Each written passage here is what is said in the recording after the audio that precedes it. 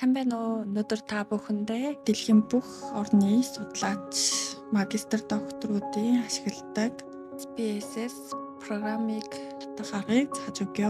Эхлээд Google руугаа ороод google.com одоо хүртэл TV Hancom Office гэж бичээд энэ контент руу ороод коммент хэсэг дээр байгаа download линкийг дараарай. За тэгээд download anyway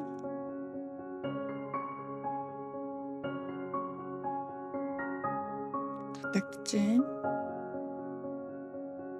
Шууд дарсан ч болно. Folder руу ороод SPSS 18-ыг дарна. За энэ 18-ыг дахиад дараад доошоо setup гэдгийг дарнаа. Суулгагдчихээн. За тэгээд эндээс next гэтлээ accept гэдгийг идэвхжүүлээд next дараад username дээр өөрийн mail ID-г бичээд next дараад next за install гарч суулгагдчихээн. За энэ register with SPSS гэдгийг идэвхгүй болгоод OK гэдэг товчийг дараарай. За тэгээд эндээс cancel дараад yes гэж дараад хачи. За одоо дөрөвний анх суулгаж исэн download дээр байгаа энэ folder руу ороод crack руу ороод за эдрийг бүгдийг маусныхаа баруун талыг дараад copy хийчихье.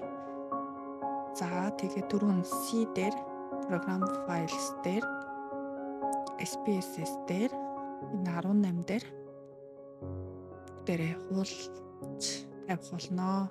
Paste хийчихье. За replace гэдгийг дахиж дараарай. Continue.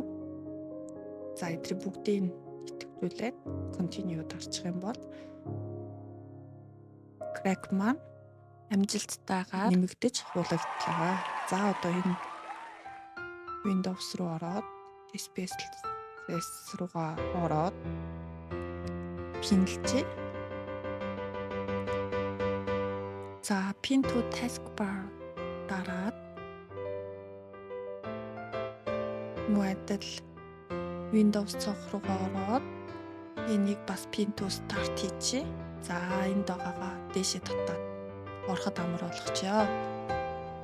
За ингээд та өөрийнхөө судалгааны ажил болон статистикийн анализыг хийх боломжтой боллоо. Баярлалаа.